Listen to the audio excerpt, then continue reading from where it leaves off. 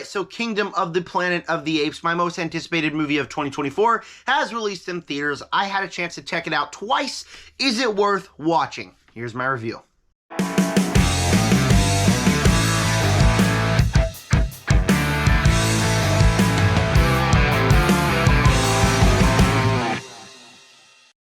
Alright, you heard the intro right. Kingdom of the Planet of the Apes is my most anticipated movie of 2024, or at least it was now that I saw it. Did I like it? I'm going to tell you all of my feelings on it in this review. I did see it twice. Actually, on the Saturday before Mother's Day, I went to see it, and then on Mother's Day, I caught an early showing of it, rushed home, ate barbecue, watched Killer Clowns from Outer Space with my mom, then rushed back to the theater to watch The Fall Guy. So I have seen this movie twice. I saw back-to-back screenings, and what did I think about it? Again, I'm going to tell you what I thought in this review here, but make sure to tell me down below in the comment section, what did you think of Kingdom of the Planet of the Apes? And while you're down there, make sure to subscribe to the like button and hit the bell so you never miss another video. And with that said, Kingdom of the Planet of the Apes is fantastic. It is everything I wanted this movie to be, minus like maybe one or two setbacks in this film. I thought it was great. It was absolutely great. I was really looking forward to this movie because I loved the last trilogy of films. That is my favorite trilogy of all time. The characters in that trilogy are so compelling. We can go on and on about that. There's going to be a ranking in a few days, so I'm not going to. But I was so looking forward to this movie because I just wanted to immerse myself back into this world, and I did twice, and I loved the movie each time. Let's get started with some positives because I did have just a couple negatives, just a little bit sprinkled in through there, as this is my second favorite movie of the year. It's not as good as Dune Part 2, which I have on 4K over there. I bought the 4K. So anyways, let's continue. The first thing we need to talk about here is the characters. The characters, the first time I watched the movie, the first half hour, I thought, I don't know if I'm gonna like these characters. I am not completely honest because Caesar and all the characters in that trilogy were just so great that I don't know if these are gonna be as compelling.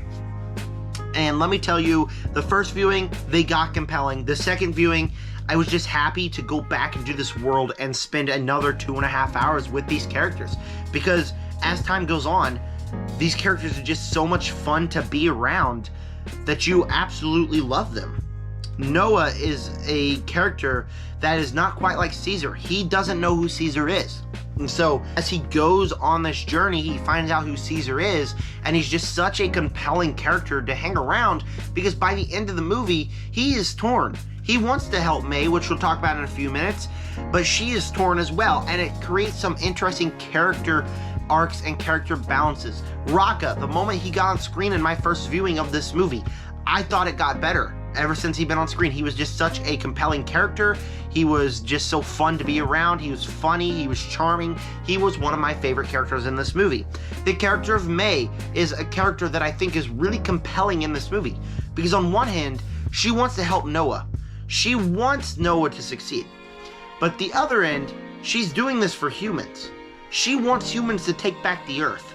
She is too accustomed to the way things used to be that she wants to bring them back. And so it creates a driving conflict between her and Noah as you want Noah to succeed. But then again, you are a human. We are human, so we want the human to succeed. But all the characters are they're so enjoyable to just hang around and always have these conflicting character arcs that make you invested in their story here. Proximus Caesar is another character like that, to where he could be doing this for good. He is an ape. So you are rooting for him because he's an ape. Because you're with this Noah guys, and he's kind of wants the same thing Noah wants.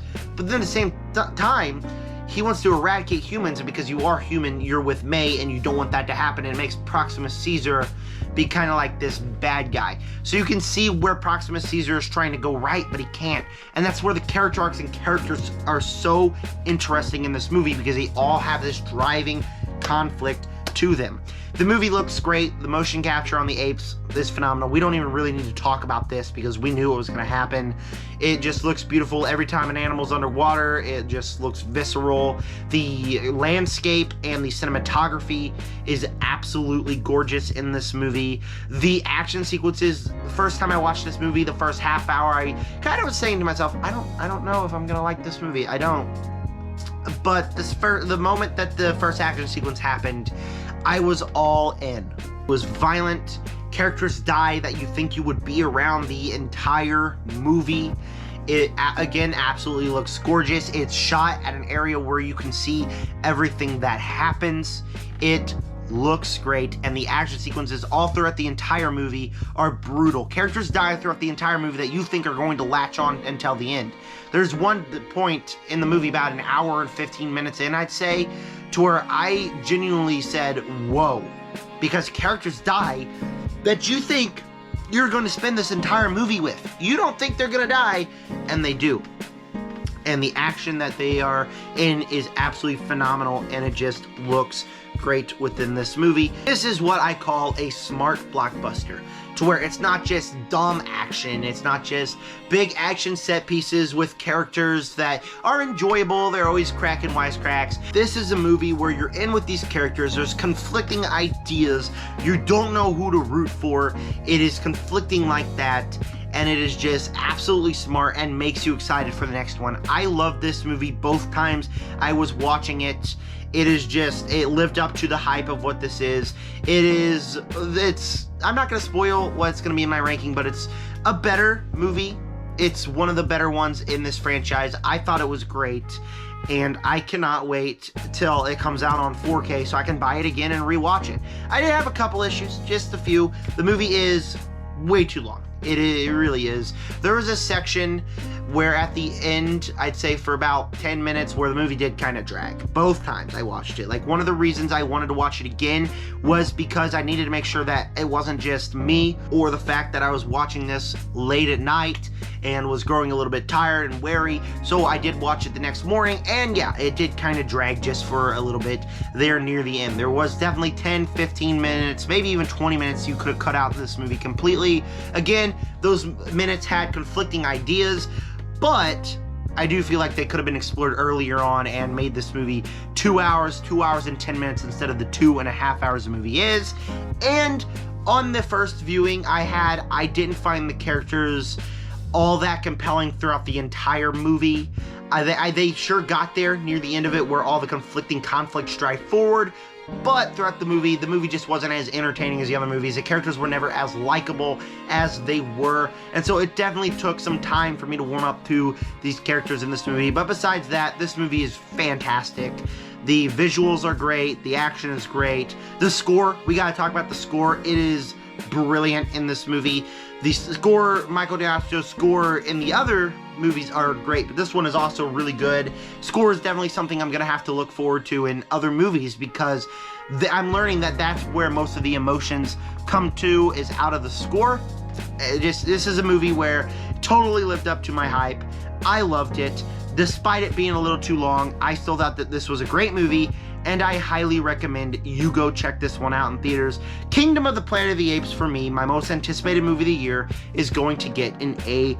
Go check this one out in theaters. Within the next couple days, I'll have a ranking of the Caesar movies along with this movie, so the four recent Planet of the Apes movies, rather. And then before that, there's going to be a David Leitch ranking, rather. I'm going to do a live stream this weekend. Go ahead and stay tuned for that.